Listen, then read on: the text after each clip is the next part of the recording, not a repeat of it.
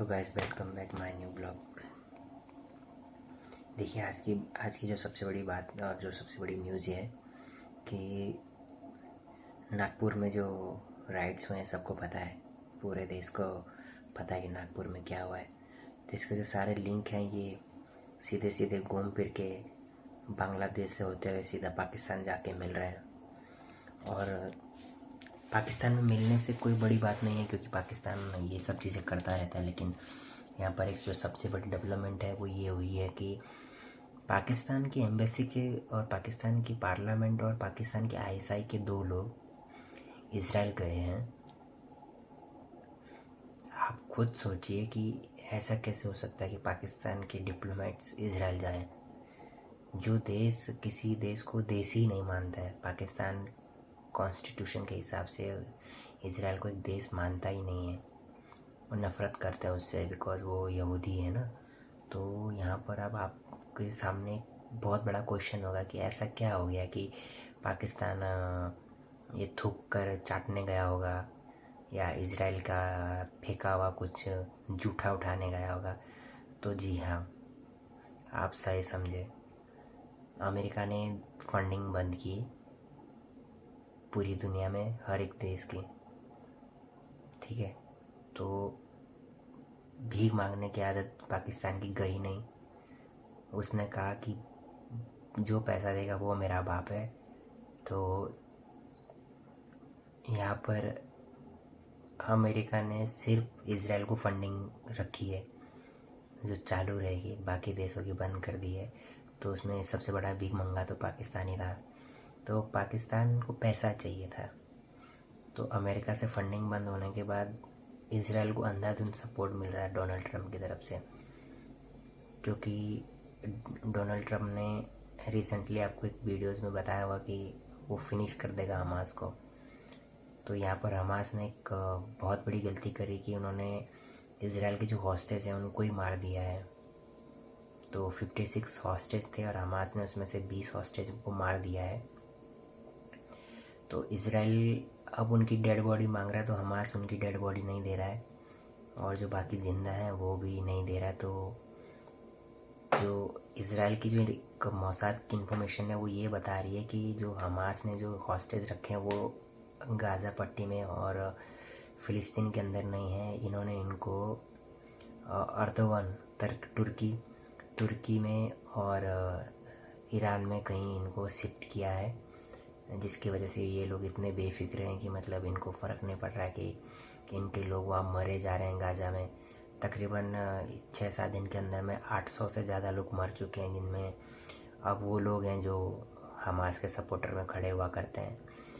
और ये लोग नॉर्मल डेज में जब गोलीबारी होती है तो नॉर्मल ड्रेस में आ जाते हैं, तो ये लोग सिविलियंस हो जाते हैं, बाकी टाइम पे ये हमास के फाइटर हो जाते हैं। तो अब इजराइल ने यहाँ पर एक चीज़ करी है कि इजराइल ने पाकिस्तान की कंडीशन के ऊपर एक शर्त रखी है, एक छोटी सी डील हुई है। जो डील ये है कि पाकिस्तान की आर्मी फ़िलिस्तीन और हमास और गाज़ा पट्टी में आ जाएगी, ठीक है। सारे हमास के बंदों को न्यूट्रलाइज करेगी और गाज़ा पट्टी के अंदर से फ़िलिस्तीनी लोगों को पीछे लेके जाएगी वेस्ट बैंक की तरफ, जो छोटा सा एरिया है।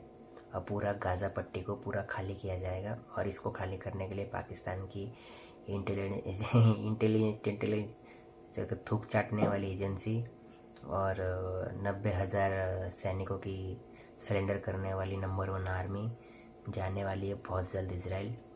ये कैसे जाएगी ये आप सभी को पता है। ईद ख़त्म होने के बाद ये लोग जाएंगे और पाकिस्तान के पास अभी पैसा नहीं है तो वो कुछ भी करेगा। और ये बात आप याद रखिए कि 90s के दौर पे जब एक बार पहले भी इजराइल के साथ पूरे मुस्लिम जितने भी देश हैं उनका जब युद्ध हुआ था, तो उस टाइम पे जो गाज़ा पट्टी से फ़िलिस्तीनी लोग और फ़िलिस्तीन के लोग जो जॉर्डन की तरफ गए थे, तो जॉर्डन के राजा ने पाकिस्तान के आर्मी ऑफिसर को बहुत सारे पैसे दिए थे कि ये जो फ़िलिस्तीनी लोग हैं, जो गाज़ा के लोग हैं, ये हमारे देश में आ गए, इनको यहाँ से भगाओ। तो पाकिस्तान ने तकरीबन 2.5 लाख लोगों को मार दिया था यहाँ आप ये मत सोचिए कि पाकिस्तान और वो लोग अलग है, नहीं, ये पाकिस्तान के लोग भी मुस्लिम हैं और फ़िलिस्तीन के लोग भी मुस्लिम हैं। और गाज़ा के लोग तो पूरी दुनिया के लोग रो रहे हैं उनके लिए। आप सबको पता ही है कि ऑल आइज़ ऑन रफ़ा, आपको पता है इंडियन बॉलीवुड के लोगों ने बड़े बड़े सुबह सुबह करके उन्होंने जो व्हाट्सएप की डीपी और ट्विटर पर जो ट्रेंडिंग चलाया है, तो अब यहाँ पर पाकिस्तानी जाकर मारने वाली है। तो अब देखने वाली बात ये होगी, जो पाकिस्तान को अपने माई बाप समझते हैं तो उनका रिएक्शन क्या होगा, वो इस बात पे क्या कहेंगे।